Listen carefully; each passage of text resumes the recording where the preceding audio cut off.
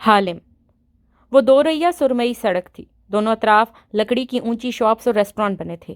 یہ کسی زمانے میں 2 منزلہ گھر ہوتے تھے، اب جدید تراش خراش کے بعد ان کو دکانوں میں بدل دیا گیا تھا۔ اسرا کی گیلری بھی انہی میں سے ایک تھی۔ گیلری کے اندر کھلا سا ہال بنا تھا، کسی شاپنگ مال کی طرح۔ بلائی 2 منزلوں کی بالکنیاں یہاں سے نظر آتی تھیں، چھت بہت اونچی تھی۔ سیاح آگے پیچھے ٹہلتے ہوئے نوادرات دیکھ رہے تھے۔ اسرا کا آفس دوسری منزل پہ تھا، مگر اس وقت وہ آفس میں نہیں تھی۔ وہ اسٹوریج روم میں اپنی نگرانی میں سامان کو پیک کروا رہی تھی۔ ارد گرد اسٹاف کام میں لگا دکھائی دیتا تھا۔ سیکیورٹی ٹیگز کو ڈبل چیک کریں، انچے وکرم۔ اس نے مڑ کے ایک انڈین شخص کو پکارا۔ جیسے چے سے مراد مس تھا، ویسے ہی انچے سے مراد مسٹر تھا۔ آپ سے یہ توقع میں کرتی ہوں کہ میرے کسی آرٹ پیس کو نیلامی کی جگہ پہنچنے سے قبل آنچ بھی نہیں آئے گی۔ میم، تالیہ بنت مراد آئی ہے۔ سیکٹری نے اندر جھانکا تو اسرا بری طرح چونکی، پھر گہری سانس لی۔ اس نے آنا ہی تھا۔ اسے میرے آفس میں بٹھاؤ، میں نہیں چاہتی کہ وہ مجھ پہ چیخے چلائے تو باہر کے لوگ اس کی آوازیں سنیں۔ آفس میں ہی بٹھایا ہے، لیکن وہ چیخے کی کیوں؟ وہ تو گیلری کے بڑے ڈونر میں سے ہے۔ سیکٹری الجھی۔ فاتح نے اس کی صبح بے عزتی کی ہے، مجھے لجاجت سے اس سے معذرت کر کے یہ معاملہ ختم کرنا ہوگا۔ اسرا نے پرس ننا آئینہ نکالا، اسپنج سے ناک اور گال پہ میک اپ درست کیا، کوٹ کو نیچے کھینچ کے شکنے درست کی، پھر چہرے پہ فکر مندی کے تاثرات ڈالے اور باہر نکل آئی۔ ہال عبول کر کے وہ اوپر آئی تو ابھی اچھی خاصی فکر مند لگ رہی تھی۔ تالیہ کو دروازے کی طرف پشت کیے بیٹھے دیکھا تو اندر قدم رکھتے ہی شروع ہوئی۔ آئی ایم سوری تالیہ، مجھے بالکل اندازہ نہیں تھا کہ میرے پیچھے یہ سب ہو جائے گا۔ اور تم؟ وہ اپنی سیٹ کی طرف آتے ہی بے حد دکھی انداز میں کہہ رہی تھی کہ السلام علیکم مسز اسرا، میں اچھی خبر لائی ہوں۔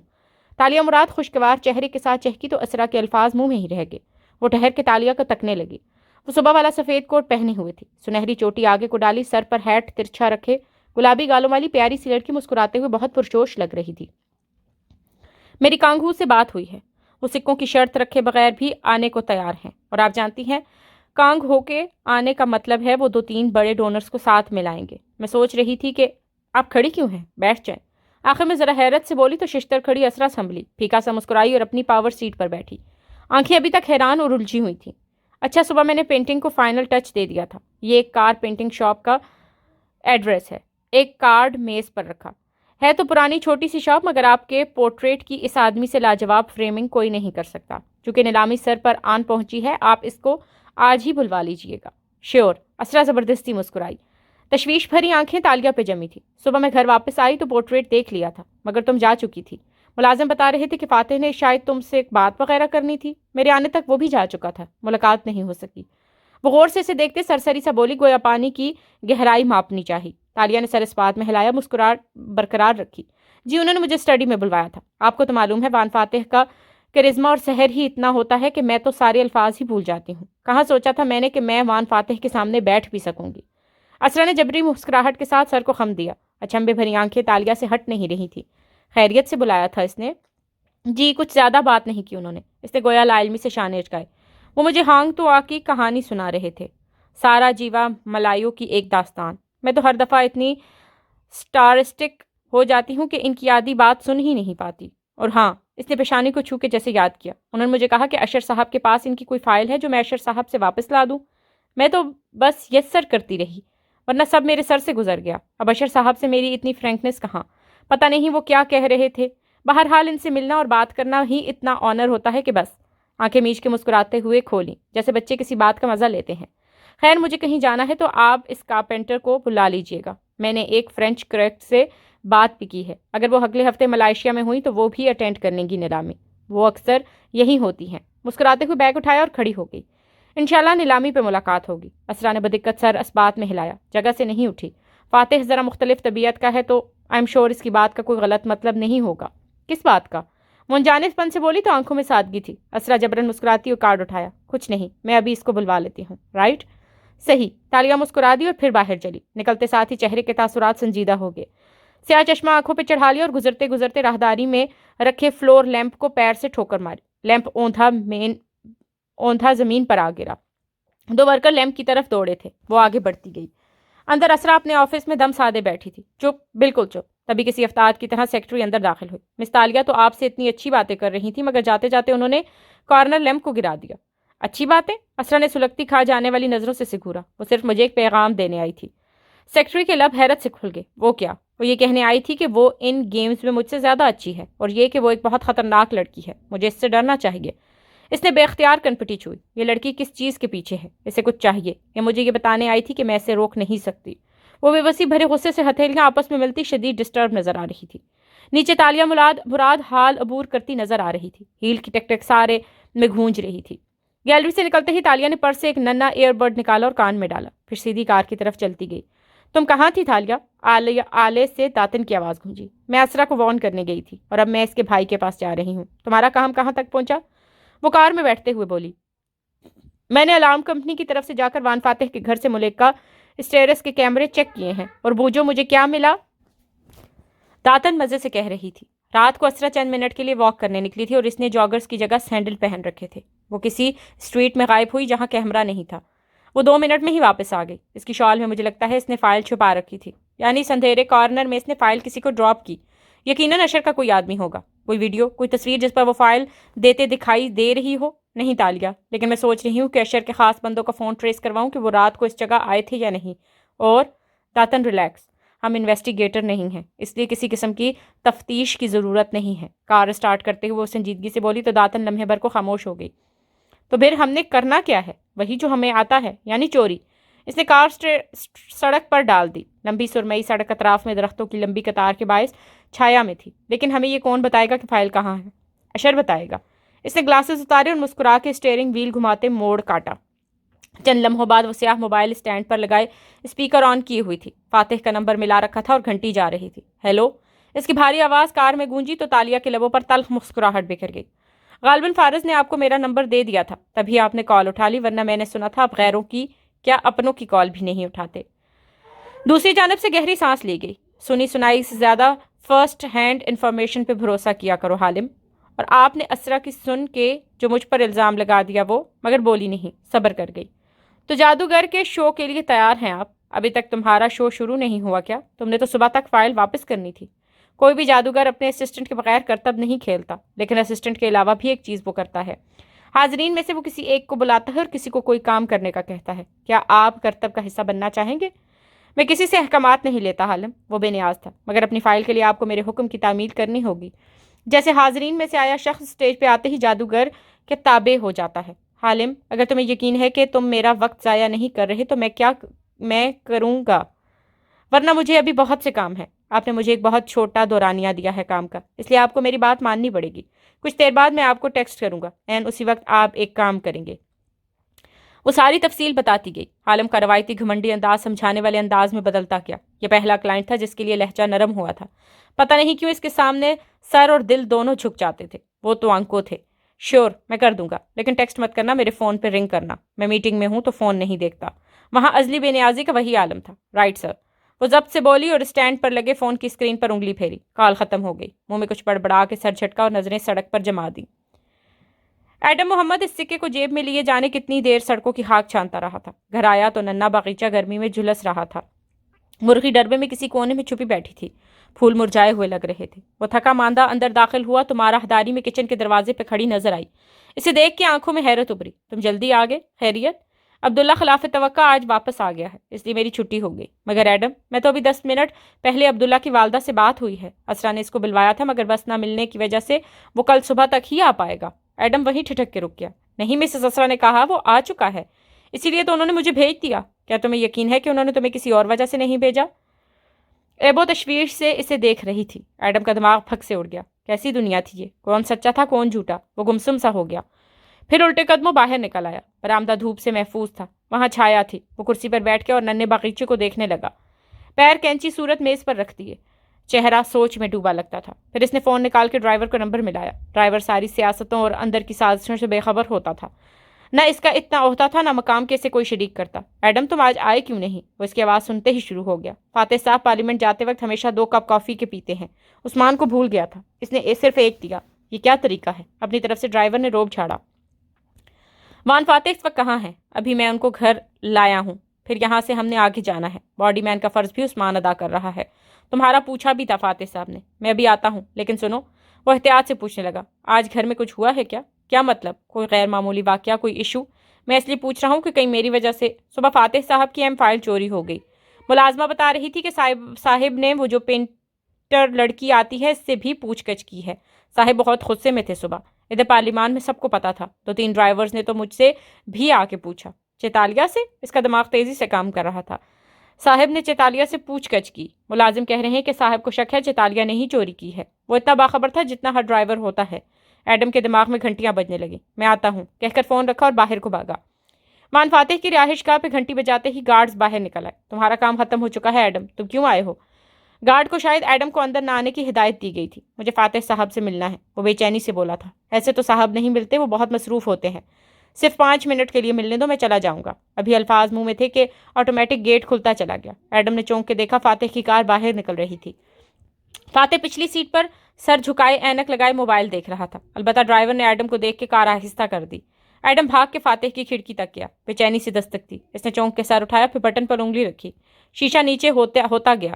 تم کہاں تھے صبح سے ایڈم؟ اس نے سادگی سے پوچھا تو اگلی سیٹ پہ بیٹھا عثمان پورا گھوم کے تندہی سے بولا، سر عبداللہ نے پہنچ جانا تھا تو اس کو فارغ کر دیا۔ کیا میں نے تم سے پوچھا ہے عثمان؟ وہ اسی سنجیدگی سے عثمان کو دیکھ کر بولا تو وہ چپ ہو گیا۔ فاتح نے گردن اس کی طرف موڑی اور تم ٹھیک ہو ایڈم؟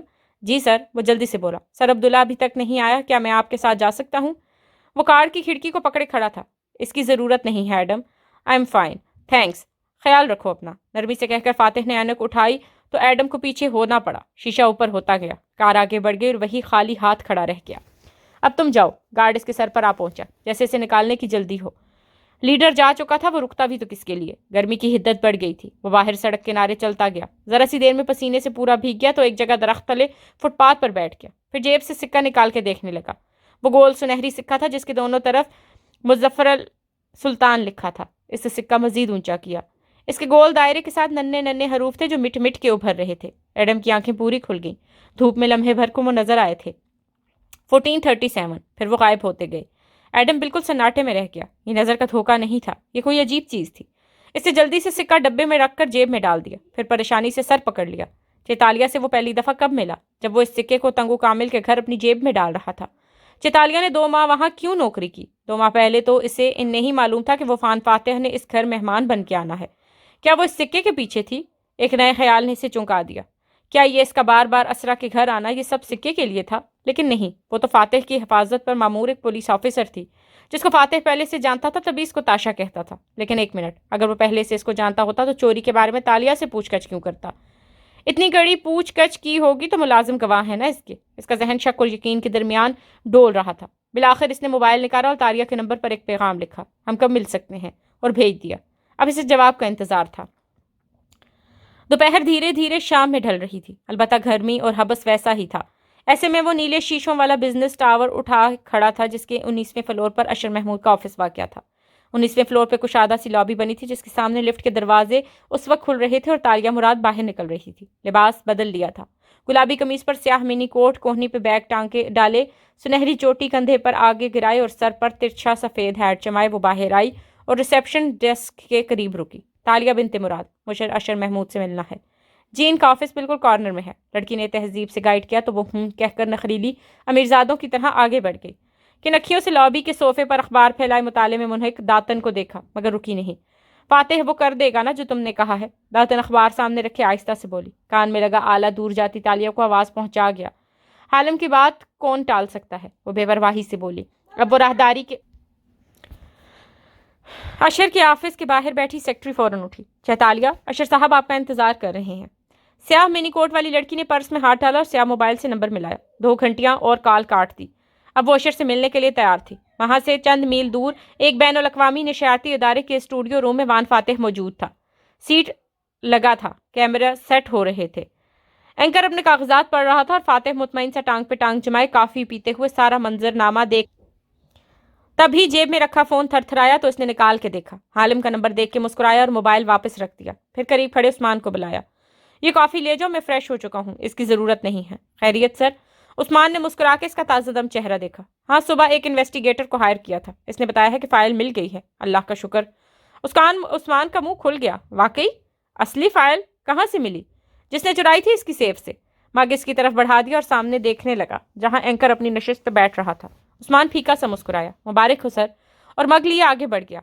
واپس اشر کی آفس بلڈنگ میں آؤ تو لابی کے صوفے پر بیٹھی بظاہر اخبار پڑھتی داتن دبی آواز میں ہونٹ کم سے کم ہلا کہہ رہی تھی، اب تک وان فاتح نے اپنی سیکرٹری کے سامنے فائل مل جانے کا ذکر کر دیا ہوگا، وہ فوراً اپنے اصل خداؤں کو بتائے گا اور وہ پریشان ہو کے اس جگہ جائیں گے جہاں فائل رکھی ہے، میں اس کا پیچھا کروں گی اور یوں وہ خود ہمیں فائل تک لے جائیں گے اور ہم اس کو چرا لیں گے۔ تالیہ نے جواب نہیں دیا کیونکہ وہ اندر اشر کے آفس میں بیٹھی تھی۔ آفس بہت روشن تھا، دو متصل دیواریں شیشے کی تھیں، وہ بلڈنگ کا کارنر آفس تھا۔ اونچی عمارتوں میں بنے آفیسرز کا بہترین آفس کارنر آفس ہوتا ہے جہاں ایک کے بجائے دو دیواریں شیشے کی ہوتی ہیں اور وہاں سے سارے شہر کا نظارہ کرنا بہت دل فریب لگتا ہے۔ اشر ٹیک لگائے اپنی کرسی پر برا جمان مسکرا رہا تھا اور سامنے تالیہ مراد سنجیدگی سے بیٹھی نظر آ رہی تھی، ہیڈ سر پر ترچھا رکھا تھا۔ میں آپ کا زیادہ وقت نہیں لوں گی انچے اشر، وہ ناخوشی سے کہہ رہی تھی، انچے یعنی مسٹر۔ آپ کہیے چیتالیہ، میں آپ کے لیے کیا کر سکتا ہوں؟ وہ مسکرا کے بولا۔ گہری چھوٹی آنکھیں تالیہ کے تاثرات کو پڑھنے کی کوشش کر رہی تھیں۔ آپ ایک معزز انسان ہیں اور میں ایک سوشلائٹ اور آرٹ لور ہوں۔ کوالالمپور کے آرٹ سے تعلق رکھنے والے حلقوں میں میرا ایک نام ہے، پہچان ہے۔ میری کسی بھی قسم کے سیاسی عزائم نہیں ہے، نہ مجھے سیاست میں دلچسپی ہے، اس لیے کل جو تصویر آپ نے ٹویٹ کی اس کے بعد سے مجھے موضوع گفتگو بنایا جا رہا ہے جو میرے لیے تکلیف کا باعث ہے۔ وہ ڈسٹرب نظر آ رہی تھی۔ اشر کے چہرے پر افسوس ابھرا۔ جی مجھے بھی وہ سب بالکل اچھا نہیں لگا، اب تصویر اتارنا برا لگتا ہے لیکن آپ فکر نہ کریں، میڈیا کی تو عادت ہے بات کا بتنگڑ بنانا۔ آپ کوشش کیجیے گا اس کی سختی سے تردید کر دیں تاکہ میرے عزیز و اقارب کو اس سب سے تکلیف نہ ہو۔ میرا آپ کی فیملی کا حصہ بننے کا کوئی ارادہ نہیں ہے۔ تردید بات کو مزید اچھالتی ہے۔ آپ سیاست نہیں سمجھتی چیتالیہ، خاموش رہنا اور نظر انداز کرنا بہتر ہے۔ وہ اب آگے ہو کے بیٹھا تھا، سمجھانے والے انداز میں کہہ رہا تھا، میں اس سیاست کو سمجھنا بھی نہیں چاہتی انچے اشر۔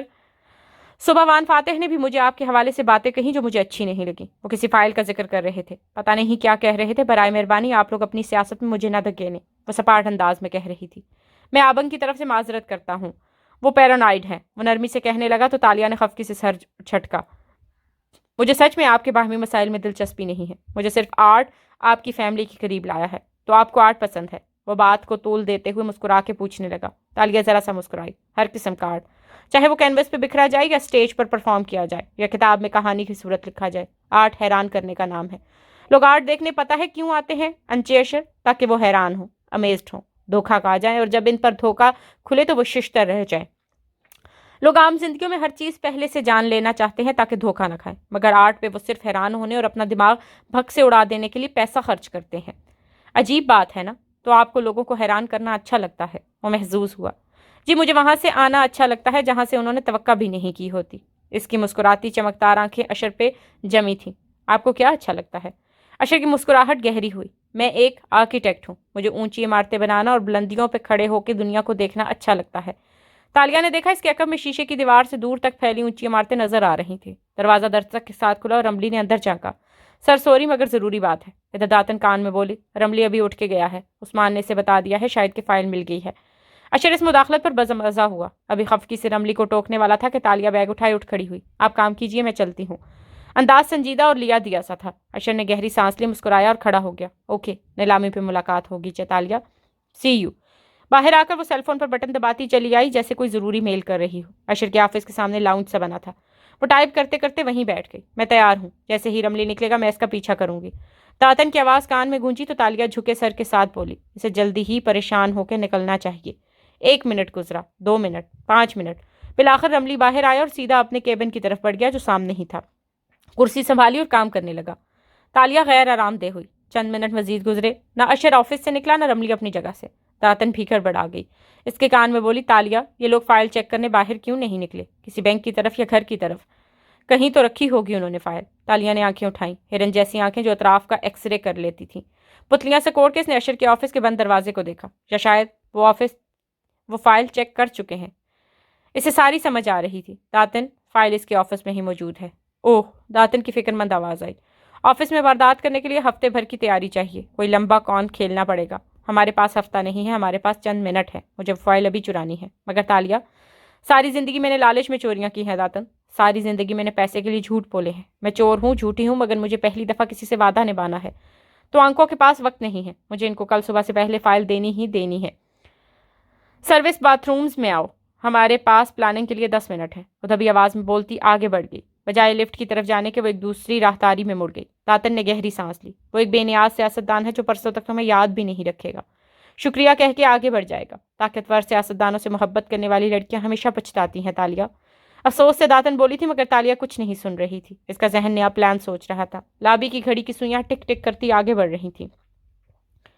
اسٹوڈیو میں کیمرے آن تھے، تیز روشنیاں جل رہی تھیں۔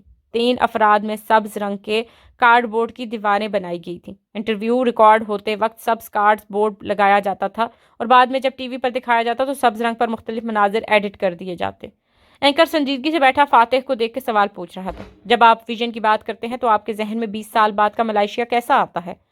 وان فاتح پر اعتماد سے بیٹھا تھا۔ اس سوال پر ہلکا سا مسکرایا اور گویا ہوا، ملاکا سلطنت جیسا۔ تمہیں معلوم ہے جیفری، بلکہ میں ملائیشیا کے لوگوں سے پوچھنا چاہتا ہوں، کیا ان کو معلوم ہے کہ 600 سال پہلے کا ملاکا کیسا تھا؟ اشر کے آفس فلور کے سروس باتھ رومز میں وہ دونوں کھڑی تھیں۔ تالیہ نے بیگ سنک کے سامنے انڈھیل رکھا تھا اور اندر سے کچھ چیزیں نکالتے ہوئے داتن سے کچھ کہہ رہی تھی۔ وہ سر ہلا کے جواب میں اس کی تائید کر رہی تھی۔ جیفری، 600 سال پہلے ملاکا میں مسلمان سلاطین کی صورت تھے۔ وہ سلطنت خطے میں ایک مضبوط اور طاقتور حیثیت رکھتی تھی۔ اس دور کے لوگ ہمارے جیسے نہیں تھے۔ کہتے ہیں وہ عظیم لوگ تھے، مگر آج میرے ملک کے لوگوں کو ان سے زیادہ بہادر بننے کی ضرورت ہے۔ داتن باتھ روم کے کونے میں رکھی ڈسٹ بن میں اخبار پھاڑ پھاڑ کے ڈال رہی تھی۔ جب ڈسٹ بن بھر گئی تو اس نے لائٹر سے کاغذ کو سلکھایا۔ جلد ہی اخبار نے آگ پکڑ لی، شعلے بلند ہونے لگے۔ آج میرے ملک کے لوگ عجیب منفی رویوں میں ڈوبے ہیں۔ مجھے سب سے زیادہ تکلیف ان کے مظلوم پنے سے ہوتی ہے۔ یہ کس نے ہم انسانوں کو ہر وقت مظلومیت کی چادر اوڑھنے رکھنا اور ہمدردی تلاش کرنا سکھایا ہے؟ باتھ روم ایریا میں داتن ڈسٹ بن کو آگ لگاتی دکھائی دے رہی تھی اور تالیہ اپنا لباس بیگ میں اڑس رہی تھی۔ اس وقت اس نے سیاہ ٹائٹ شرٹ اور سیاہ ٹوپی پہن رکھی تھی، چست اور تیار۔ تیز تیز چلتے ہاتھ بیگ کی زپ بند کرنے لگے، پھر بیگ کندھے پر ڈالا اور کونے والی ٹوائلٹ میں گھسی جس کے اوپر روشن دان کی جالی لگی تھی، اور اوپر چڑھی اور وینٹ کا ڈھکن اتارا۔ آپ سے سوشل میڈیا کو ہی دیکھ لیں جیفری، مجھے اکثر لوگ وہاں اپنے دکھوں کا پرچار کرتے نظر آتے ہیں۔ انسان کے پاس اگر 3 چیزیں ہوں، رزق، عزت اور صحت، اور وہ پھر بھی وہ غمزدہ ہو اور ہمدردی طلب کرتا نظر آ رہا ہو تو وہ ناشکرا ہوتا ہے۔ تالیہ نے روشن دان کی جالی اتار کے نیچے پھینکی اور بلی کی طرح اندر گھس گئی۔ اندر لمبی سرنگ سی تھی، یہ وینٹ تھے اور ہوا کے لیے ساری عمارت میں پھیلے تھے، اتنے چوڑے کہ وہ اس میں سینے کے بل لیٹ کے رینگ رینگ کے آگے بڑھ سکتی تھی۔ نیچے داتن ابھی تک آگ لگاتی دکھائی دے رہی تھی۔ میں جس ملک کا خواب دیکھتا ہوں وہاں مجھے لوگوں کو یہ سکھانا ہے کہ مظلومیت اور کمزوری کو خود پہ طاری کرنا چھوڑ دیں۔ نکل آئیں اس مائنڈ سیٹ سے کہ دنیا نے ہم پہ ظلم ڈھایا، خاندان والوں نے ہمارے ساتھ برا کر دیا، دوستوں نے یوں دھوکہ دیا، ہم دکھی، ہم اداس، ہر وقت دوسروں سے ہمدردی مانگنا، یہ منفی رویے ہیں، ہمیں ان سے نکلنا ہوگا۔ مجھے بالکل ایسے لوگ اٹریکٹ نہیں کرتے جو چاہتے ہیں کہ لوگ ہر وقت ان کے غموں کی داستان سنتے رہیں۔ داتن نے باتھ روم کا دروازہ کھولا تو دھواں باہر کو نکلا۔ وہ آگے آئی اور راہداری میں لگا فائر الارم کھینچ دیا۔ ساری عمارت الارم سے گونج اٹھی۔ موٹی عورت تیز تیز آگے چلتی گئی، ہر ڈسٹ بن کے ساتھ رکتی، لائٹر سے آگ جلاتی اور آگے بڑھ جاتی۔ CCTV وہ پہلے ہی جام کر چکی تھی۔ انسان بہت عظیم مخلوق ہے، اس میں بہت طاقت ہے، اسے تو ساری دنیا کو سنبھالنا ہے اور وہ اپنے آپ کو ہی نہیں سنبھال پائے۔ کتنے دکھ کی بات ہے۔ ہمیں اگر زندگی میں خوشی اور کامیابی حاصل کرنی ہو تو ہمیں ایک مثبت رویہ اپنانا ہوگا۔ اور مثبت رویہ کیسے اپنایا جاتا ہے آپ کی نظر میں؟ وینٹ کی اندھیر سرنگ میں وہ کوہنیاں گھسیٹ گھسیٹ کے آگے بڑھ رہی تھی۔ کندھے پہ چھوٹا بیگ بھی لاد رکھا تھا جس میں ضروری سامان تھا۔ ہر تھوڑی دیر بعد راستے میں کوئی جالی آتی اور وہ اس سے جھانکتی۔ نیچے آفیسر کے کمرے میں نظر آتے جہاں ہڑبونگ مچی تھی۔ لوگ فائر الارم سن کے چیزیں سمیٹ رہے تھے، باہر بھاگ رہے تھے۔ مثبت رویہ ماضی کے دکھوں اور پچھتاووں سے نکلنے کا نام ہے۔ اگر آپ سے کچھ غلط سرزد ہو ماضی میں اور سب سے ہی ہوتا ہے تو اس پر معافی مانگ کے سبق سیکھیں اور اس پر ہر وقت کوڑھنا چھوڑ دیں۔ آپ انسان ہیں، آپ سے ہر وقت سیدھا نہیں چلا جا سکتا۔ چند ایک باغ اگر گر بھی جائیں تو آپ کو اس کو بھول جائیں اور آگے کا راستہ دیکھیں۔ اشر کے آفس کے عین اوپر وہ وینٹ میں رینگتے رینگتے پہنچ چکی تھی۔ اب اس کی کوہنیوں تلے چوکور جالی تھی جس سے آفس نظر آ رہا تھا۔ اشر چیزیں سمیٹتا اٹھ رہا تھا۔ باہر سے اس کو سیکیورٹی بلا رہی تھی۔ فائر الارم مسلسل چنگاڑ رہا تھا۔ اور اگر آپ کو ماضی میں بڑے بڑے غم ملیں تو اس کے پچھتاوے سے نکل آئے، غلط فہمیوں، فیصلوں پر دکھی ہونا چھوڑ دیں۔ زندگی میں کوئی بھی چیز برا تجربہ نہیں ہوتی اگر آپ اس سے سبق سیکھ لیں۔ یہ ہوتی ہے مثبت اپروچ۔ جو برا ہوا ہے آپ کے ساتھ یا جو برا آپ نے کیا ہے، دونوں سے سیکھنے کے پہلو نکالیں، سبق حاصل کریں اور ریلیکس ہو جائیں۔ پھر وہ تجربہ آپ کو غمگین نہیں کرے گا۔ اشر موبائل اور والیٹ لیے باہر بھاگ گیا، دروازہ بند کر دیا۔ آفس تنہا رہ گیا۔ تالیہ نے وینٹ میں لیٹے لیٹے بیگ سے ایک آلہ نکالا اور بٹن دبایا۔ تھوڑی دیر لگی اور آفس کے دونوں CCTV کیمرے بجھ گئے۔ اس نے جالی اتاری اور نیچے کود گئی، عین اشر کی میز پر۔ چہرے کو وہ سیاہ اسکی ماسک سے ڈھانپ چکی تھی۔ میں چاہتا ہوں میرے ملک کے لوگ دوسروں کو ہر وقت الزام دینا اور مظلوم بننا چھوڑ دیں۔ یہود و نصارہ نے ہمارے ملک کی ترقی روک رکھی ہے۔ کفار ہمارے خلاف سازشیں کر رہے ہیں، ان بیکار باتوں سے نکل آئیں۔ اگر کوئی قوم ترقی نہیں کرتی تو یہ اس کا اپنا قصور ہوتا ہے۔ لوگ تو ہر قوم کے خلاف سازشیں کرتے ہیں، تو پھر دوسری قوموں نے ترقی کیوں کر لی؟ یہ آئینہ دیکھنے کا وقت ہے، اپنی غلطیاں بحیثیت قوم مان لینے کا وقت ہے۔ تالیہ مراد بشر کے آفس کی میز کا ایک ایک دراز کھول کے چیک کر رہی تھی۔ ہاتھوں پہ دستانے چڑھا رکھے تھے۔ اللہ نے انسان میں بڑی طاقت رکھی ہے۔ کامیاب آدمی کون ہوتا ہے بھلا؟ وہ جو ماضی کے غور سے غم سے نکل آتا ہے اور مستقبل کے بڑے بڑے خواب دیکھتا ہے۔ ہمارے خواب اتنے بڑے اور انوکھے ہونے چاہیے جیفری کہ وہ ہمیں ڈرائیں۔ پہلی دفعہ ان کو سوچ کے بھی خوف آئے۔ انسان صرف چھوٹے موٹے خوابوں کے لیے نہیں پیدا ہوا۔ وہ اب دیواروں کی پینٹنگز ہٹا ہٹا کر دیکھ رہی تھی۔ 90% لوگ آفسز میں سیف کسی پینٹنگ کے پیچھے بناتے تھے، مگر پینٹنگز کے پیچھے کچھ بھی نہ تھا۔ سارے آفس میں کوئی سیف نہ تھا۔ وہ کمرے کے وسط میں کھڑی ہوئی اور آنکھیں بند کی۔ اگر وہ اشر محمود ہو تو اس آفس میں سیف کہاں بنائے گا؟ سوچو تالیہ، انسان کی کمزوری وہ ہوتی ہے جس پر وہ بھروسہ کرتا ہے۔ اشر کس پر بھروسہ کرتا ہے؟ خوابوں کے لیے محنت کرنا پڑتی ہے، جان ماننا پڑتی ہے۔ لوگ مسئلوں کا حل مانگتے ہیں اور جب وہ نہ ملے تو وہ مایوس ہو جاتے ہیں۔ اللہ تعالیٰ کو وکٹم ہوڈ بالکل پسند نہیں۔ ہمارے کچھ مسئلے ایسے ہوتے ہیں جن کو ٹھیک ہونے میں لمبا عرصہ لگتا ہے، تو منفی لوگوں کی طرح اس عرصے کو مظلوم بن کے اپنے دکھوں کی کہانیاں سنانے کے بجائے انسان کو آگے کے بارے میں سوچنا چاہیے۔ اسے اتنا مثبت بننا چاہیے کہ اس سے مثبت شعاعیں پھوٹنے لگے۔ وہ جہاں جائے ان مثبت اور خوشگوار روشنیوں کو بکھیرتا جائے۔ آفس کے وسط میں کھڑی تالیہ نے آنکھیں کھولی اور اب کے آفس کو دیکھا تو اس کی نظریں مختلف تھیں۔ میں ایک آرکیٹیکٹ ہوں، مجھے اونچی عمارتیں بنانا اور بلندیوں سے دنیا کو دیکھنا اچھا لگتا ہے۔ وہ وکیل ہونے کے ساتھ ساتھ آرکیٹیکٹ بھی تھا۔ اس نے یہ آفس خود ڈیزائن کیا تھا۔ تالیہ نے دیکھا دیوار پر ایک بک شیلف نصب تھا۔ اس نے بتی بجھائی، بلائنڈز بند کیے، کمرہ اندھیرا ہو گیا۔ پھر اس نے ننھی ٹارچ نکالی جس میں نیلی روشنی سی تھی۔ اس نے وہ روشنی شیلف پہ پھینکی۔ اوپری قطار میں چوتھے نمبر پر رکھی کتاب کے اوپر نیچے نشانات نظر آ رہے تھے۔ یہ ٹارچ اندھیرے میں وہ نشان بھی دکھا دیتی تھی جو روشنی میں نظر نہیں آتے۔ تالیہ نے مسکرا کر بتی جلائی اور اس کتاب کو ذرا سا باہر کھینچا۔ بک شیلف میں گڑگڑاہٹ ہوئی اور وہ مکانکی انداز میں بائیں طرف کو سرکنے لگی۔ میں زندگی میں کبھی کسی چیز کو لے کر پچھتاتا یا گلٹ کا شکار نہیں ہوتا۔ جو غلطیاں کی ہیں زندگی میں ان کا مجھے احساس ہے، مگر میں ہمیشہ حل ڈھونڈتا ہوں۔ بجائے خود کو لان ملامت کرنے کے، ہم ہر روز رات کو اگر یہ تسلیم کر کے سوئیں کہ ہم انسان ہیں، غلطیاں ہم سے ہو جاتی ہیں، کوئی بات نہیں، ہم اس سے سبق سیکھیں گے اور اگلے دن کو ایک نئے دن کے طور پر گزاریں گے تو نیند اچھی آئے گی۔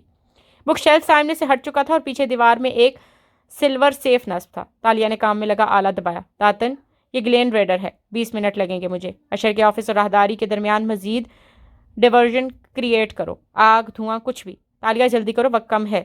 دیوانی لڑکی، داتن پریشانی سے کہہ رہی تھی، اور جتنے میرے ساتھ زندگی میں حادثے ہوئے میں ان کو بھی ایک تجربہ سمجھتا ہوں۔ میری بیٹی آریانہ، سب جانتے ہیں کہ وہ کھو گئی، سب جانتے ہیں کہ اس کے پیچھے کس کا ہاتھ تھا۔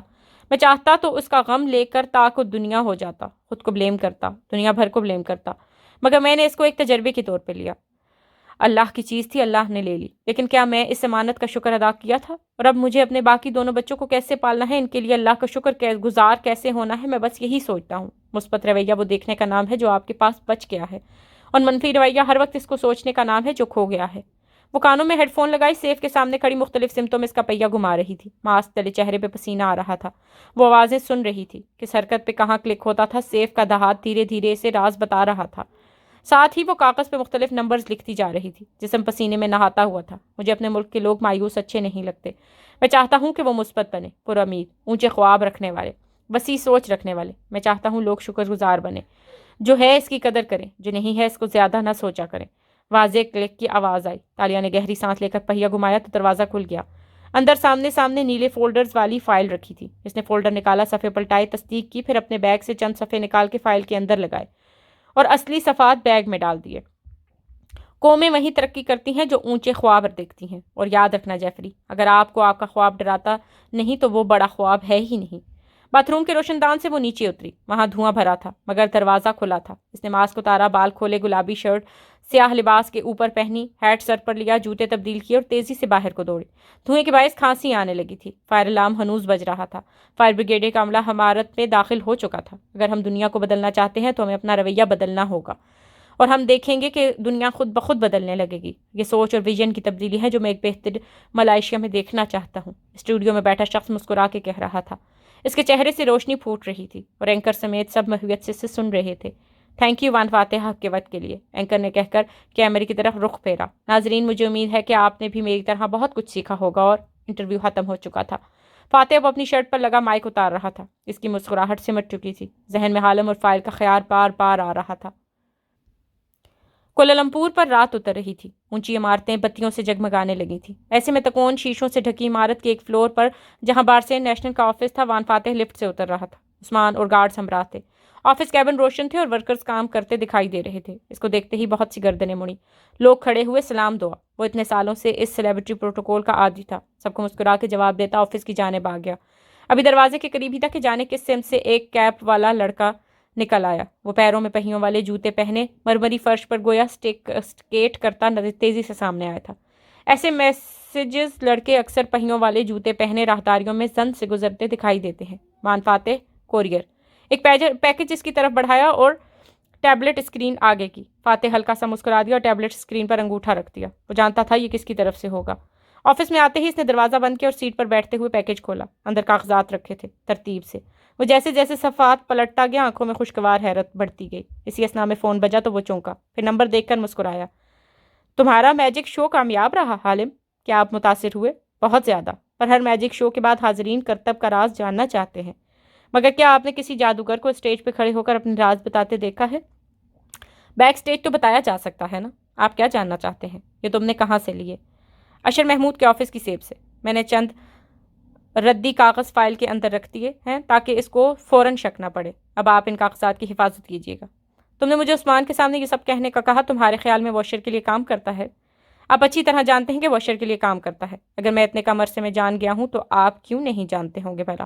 حالم لمحے بھر کو بھی نہیں چوک رہا تھا، ترنت جواب دے رہا تھا۔ فاتح ہلکا سا ہنس دیا۔ یہاں کوئی کسی کا وفادار نہیں ہوتا، ہمیں صرف کام نکلوانا ہوتا ہے۔ کسی اور کو رکھوں تو وہ بھی بک جائے گا۔ وفاداری آج بھی اپنا وجود رکھتی ہے وان فاتح۔ کچھ لوگ وفاداری کے ایسے وعدے کر لیتے ہیں کہ اس کے لیے آگ میں بھی کود پڑتے ہیں۔ خیر، حالم نے گہری سانس لی۔ آپ کا کام ہو گیا، مجھے اجازت۔ اور تمہاری فیس؟ میں نے یہ فیس کے لیے نہیں کیا۔ سیاستدانوں سے کون پاگل پیسے لے گا؟ سیاستدانوں سے تو فیورز مانگے جاتے ہیں۔ آپ اب میرے مقروض ہیں، کبھی کوئی کام لے کر آؤں گا، کر دیجیے گا، وہی میری فیس ہوگی۔ فاتح نے ٹیک لگائی اور فون کان سے لگائے، مسکرا کے اس کو سننے لگا۔ کبھی مجھ سے ملنے آؤ حالم، میں آپ کی توقعات کے برعکس ہوں سر، ایسی خواہش نہ کریں تو اچھا ہوگا۔ اس کی آواز میں اداسی کھل گئی۔ ویسے حالم کا کیا مطلب ہے؟ خواب دیکھنے والا۔ فاتح کی مسکراہٹ گہری ہو گئی۔ وہ محظوظ ہو رہا تھا، یعنی کہ ویژنری۔ پھر جیسے یاد آیا، تم نے بتایا نہیں یہ کام کس کا تھا؟ چند لمحے کو خاموشی چھا گئی۔ آپ چور کا نام جاننا چاہتے ہیں؟ حالم نے سنجیدگی سے پوچھا۔ اور میں یہ جانے بغیر فون نہیں رکھوں گا۔ میری ہر ترمی سے سارا ملائیشیا واقف ہے۔ تو پھر سنیے، آپ کے گھر چوری، وقفہ دیا، تالیہ مراد نامی لڑکی نے کی تھی۔ وہ کوئی سوشلائٹ ہے اور پھر جس کا آپ کے گھر کچھ دنوں سے آنا جانا ہے۔ فاتح نے تلخ مسکراہٹ کے ساتھ سر اس بات میں ہلایا۔ یعنی میرا شک درست تھا۔ گڈ جاب حالم، میں آپ کے لیے حاضر ہوں وان فاتح، جہاں آپ کہیں، جب آپ کہیں۔ اور کلک کے ساتھ فون بند کر دیا۔ فاتح نے خوشگوار مسکراہٹ کے ساتھ فون پرے ڈالا اور صفحات اٹھا کے پھر سے دیکھنے لگا۔ سارے دن کی کلفت دور ہو گئی تھی۔ تکون عمارت کے باہر اندھیر پارکنگ میں وہ دونوں موجود تھیں۔ تالیہ کار کی ڈرائیونگ سیٹ پر بیٹھی فون کان سے ہٹا رہی تھی اور داتن ہکا بکا اسے دیکھ رہی تھی۔ اسے دھچکا لگا تھا۔ یہ بکواس کرنے کی کیا ضرورت ہے کہ تالیہ مراد چور ہے؟ تم ایسا کیسے کر سکتی ہو اپنے ساتھ؟ تو کیا کہتی؟ وہ اداسی سے داتن کو دیکھ کے بولی، آپ کی بیوی چور ہے؟ ہمارے پاس ویڈیو ہے اسرا کی۔ داتن، وہ کسی پہ بھی اعتبار نہیں کرتے، ان کا کوئی دوست نہیں، وہ کسی سے جلدی متاثر نہیں ہوتے۔ مگر انہوں نے حالم کو تھینکس تک نہیں کہا، کیونکہ وہ صرف اجنبیوں کو شکریہ کہتے ہیں۔ وہ حالم کو اجنبی نہیں سمجھتے۔ حالم نے ان کا اعتبار جیتا ہے۔ مجھے ان کو وہی بتانا تھا جو وہ سننا چاہتے تھے۔ مگر تم نے اپنا امیج ہی کیوں خراب کر دیا؟ داتن صدمے میں تھی۔ میں نے ان سے سچ بولا ہے، تالیہ نے ان کے گھر چوری کی تھی، بریسلیٹ چرایا تھا نا۔ میں نے پہلی دفعہ کسی سے اتنا بڑا سچ بولا ہے، اور میرا امیج تو ان پہ پہلے ہی خراب ہے۔ وہ تلخی سے کہہ کر کار سٹارٹ کرنے لگی۔ داتن ابھی تک صدمے سے چور اس کو دیکھ رہی تھی۔ تم نے آج اپنی جان خطرے میں ڈالی، تم نے آج اندھا دھند کھائی میں چھلانگ لگائی۔ میں نے تمہیں کبھی ایسا نہیں کرتے دیکھا تالیہ، ایسے مت کرو اس کے لیے۔ تمہارا دل بیمار پڑ گیا تو جسم کس کام کا نہیں رہے گا؟ مجھے لگتا ہے میرا دل پہلے ہی بیمار پڑ چکا ہے لیانا صابری۔ وہ بولی نہیں، بس دل میں کہا اور اسٹیئرنگ ویل گھما دیا۔ کار آگے بڑھ گئی اور